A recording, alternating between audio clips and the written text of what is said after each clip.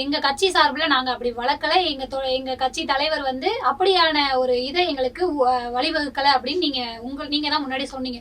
இதை வச்சு நான் என்ன சொல்றேன் அப்படின்னா, உங்களால சண்டைக்கு நாங்க யாருக்கும் தொந்தரவு சண்டை போட மாட்டோம், எங்க கட்சி நிர்வாகிகள் யாரும் எந்த ஒரு தாக்குதலையும் ஈடுபட மாட்டோம் அப்படின்னா 100 அடியில தான் டிஜிபி ஆபீஸ், அங்க போயிருக்கலாமே. நீங்க பாருங்க, அடிச்சு கிழிச்சிட்டான், அவன் வந்து மீண்டும் துரத்துறான். எப்படி போலீஸ் வெளியில அங்க எல்லாருமே நிப்பாங்க, நீங்க அவங்க அங்கே போயிட்டு பாதுகாப்பு போயிருக்கலாம். அதாவது ஒரு விஷயம் புரிஞ்சுங்க, அவன் அடிச்சு கிழிக்கிறான் மேடம், வெட்டுறான். நீங்க வந்து போலீஸ் ஒன்னா எங்க 2-3 போலீஸ் தான் அங்க, யாரும் அங்க வேற ஏதோ இதுக்காக வந்த போலீஸ் தான் நின்னாங்க, போலீஸ் ஃபோர்ஸா நின்னுச்சாங்க.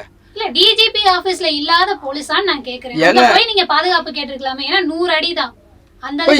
அப்ப இவன் டிஃபென்ஸ் பண்றது தப்புன்றீங்க. நீங்க டிஃபென்ஸ் பண்றது தப்புன்னு கேக்கல சார். டிஃபென்ஸ்காக அடிய வாங்கிட்டு வெட்ட வாங்கிட்டு நீ ஓட வேண்டியதானங்கறீங்க.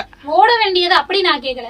நீங்க பாதுகாப்புக்கு தான் நான் தடுக்கிறதா அப்படின்னு சொல்றீங்க. தடுத்துட்டு நீங்க அவர் மேல நடவடிக்கை எடுக்கணும், நீங்க டிஜிபி ஆபீஸ்ல டைரக்டா போயிருக்கலாமேன்னு கேக்குறேன் நான். அதுதாங்க, டைரக்டா எப்படி போவாங்க? ஏங்க அவன் அடிக்கிறான், கீறுறான்,